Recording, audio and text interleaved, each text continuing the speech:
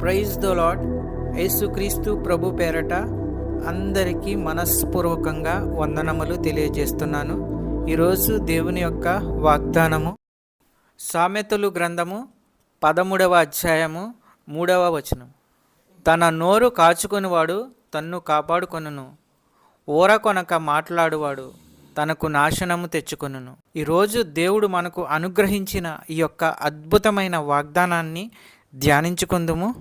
సహోదరి సహోదరుడా, ఎవరైతే నోరు కాచుకుంటారో, తన నోరు అదుపులో ఉంచుకుంటారో వారు సంతోషంగా ఉంటారు, సుఖంగా ఉంటారు. అంత మాత్రమే కాదు, తన నోరు కాచుకునివాడు తన్ను కాపాడుకొనును, కీడుకి వారు దూరంగా ఉంటారు. దేవుడు యొక్క వాగ్దానం ద్వారా అద్భుతమైన మాటలు మనకు తెలియజేస్తున్నాడు. కొలస్సీలకు రాసిన పత్రిక 4వ అధ్యాయము 5వ వచనం. సమయాన్ని సద్వినియోగం చేస్తూ బయట వారి పట్ల జ్ఞానంతో ప్రవర్తిస్తూ ఉండండి. సహోదరి సహోదరులారా, జాగ్రత్తగా తూచి పలికిన మాటల కంటే అజాగ్రత్తగా పలికిన మాటలే ఒక వ్యక్తి మనసులో ఉన్నదాన్ని బయట పెడతాయి. నాలుక బహు శక్తివంతమైన పరికరం. అది పలికే మాటలకు శాశ్వత ఫలితాలు ఉంటాయి.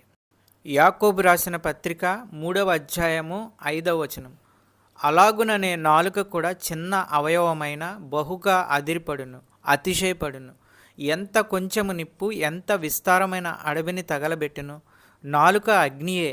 నాలుక మన అవయవములలో ఉంచబడిన పాప ప్రపంచమైన సర్వ శరీరమునకు మాలిన్యము కలుగజేయుచు ప్రకృతి చక్రమునకు చిచ్చుపెట్టును.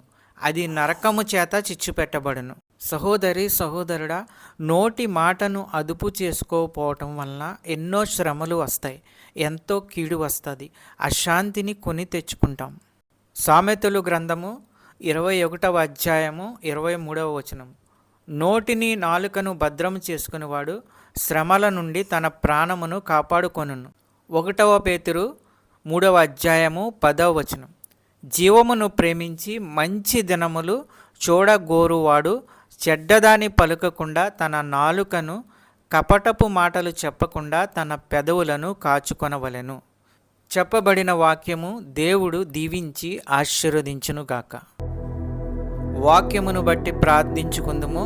పరిశుద్ధుడు పరిశుద్ధుడు అని వేలాది దూతల చేత కొనియాడబడుచున్న దేవా, ప్రేమాస్వరూపి, నీకు వేలాది స్తోత్రాలు, వందనములు తెలియజేస్తున్నాము. తన నోరు కాచుకొనివాడు తన్ను కాపాడుకొనును అని చెప్పిన దేవా, నీకు వేలాది స్తోత్రములు.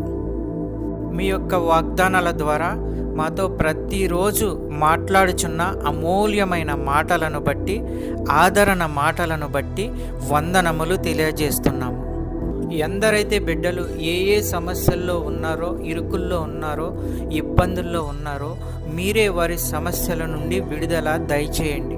వారి యొక్క ప్రతి అవసరతను తీర్చండి. నీ కృపచేత ప్రతి ఒక్కరిని ఆశీర్వదించండి. నమ్ముతుండగా, విశ్వసిస్తుండగా అద్భుత కార్యాలు, ఆశ్చర్య కార్యాలు చేయండి. ఆర్థిక సమస్యల నుంచి విడుదల దయచేయండి. చిన్న బిడ్డల గురించి ప్రార్థించుచున్నాము. వారు స్కూల్కి వెళ్తున్నప్పుడు, వస్తున్నప్పుడు తండ్రి, మీ దయాహస్తములతో వారిని కాపాడండి. మంచి క్రమశిక్షణ, చదువు, ఆరోగ్యము వారికి అనుగ్రహించండి. కాలేజీకి వెళ్ళే బిడ్డల గురించి ప్రార్థించుచున్నాము.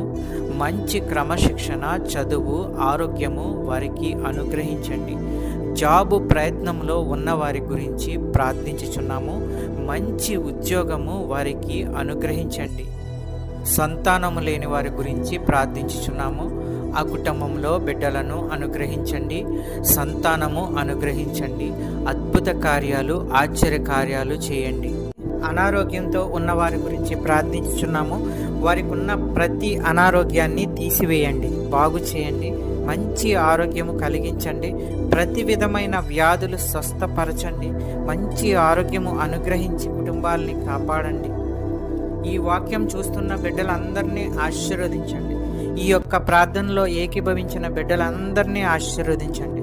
కుటుంబాలను ఆశీర్వదించండి, కాపాడండి. శాంతి, సమాధానము, నెమ్మది అనుగ్రహించి అన్నిటిలో విజయము దయచేయండి. ప్రతి కుటుంబంలో ఉన్న వారి యొక్క అవసరతలను తీర్చండి. పెద్దవారిని, చిన్నవారిని ఆశీర్వదించండి, కాపాడండి, దీవించండి. మా ప్రార్థన విన్నందుకు వేలాది స్తోత్రాలు చెల్లించుకుంటున్నాము తండ్రి. యేసుక్రీస్తు ప్రభు పేరట అడుగుచున్నాను తండ్రి, ఆమెన్. ఈ యొక్క వాక్యములు షేర్ చేయండి, సబ్స్క్రైబ్ చేయండి, లైక్ చేయండి. దేవుని సేవలో పాలిభాగస్తులు అవ్వండి. మీకు అందరికీ వందనాలు తెలియజేస్తున్నాను.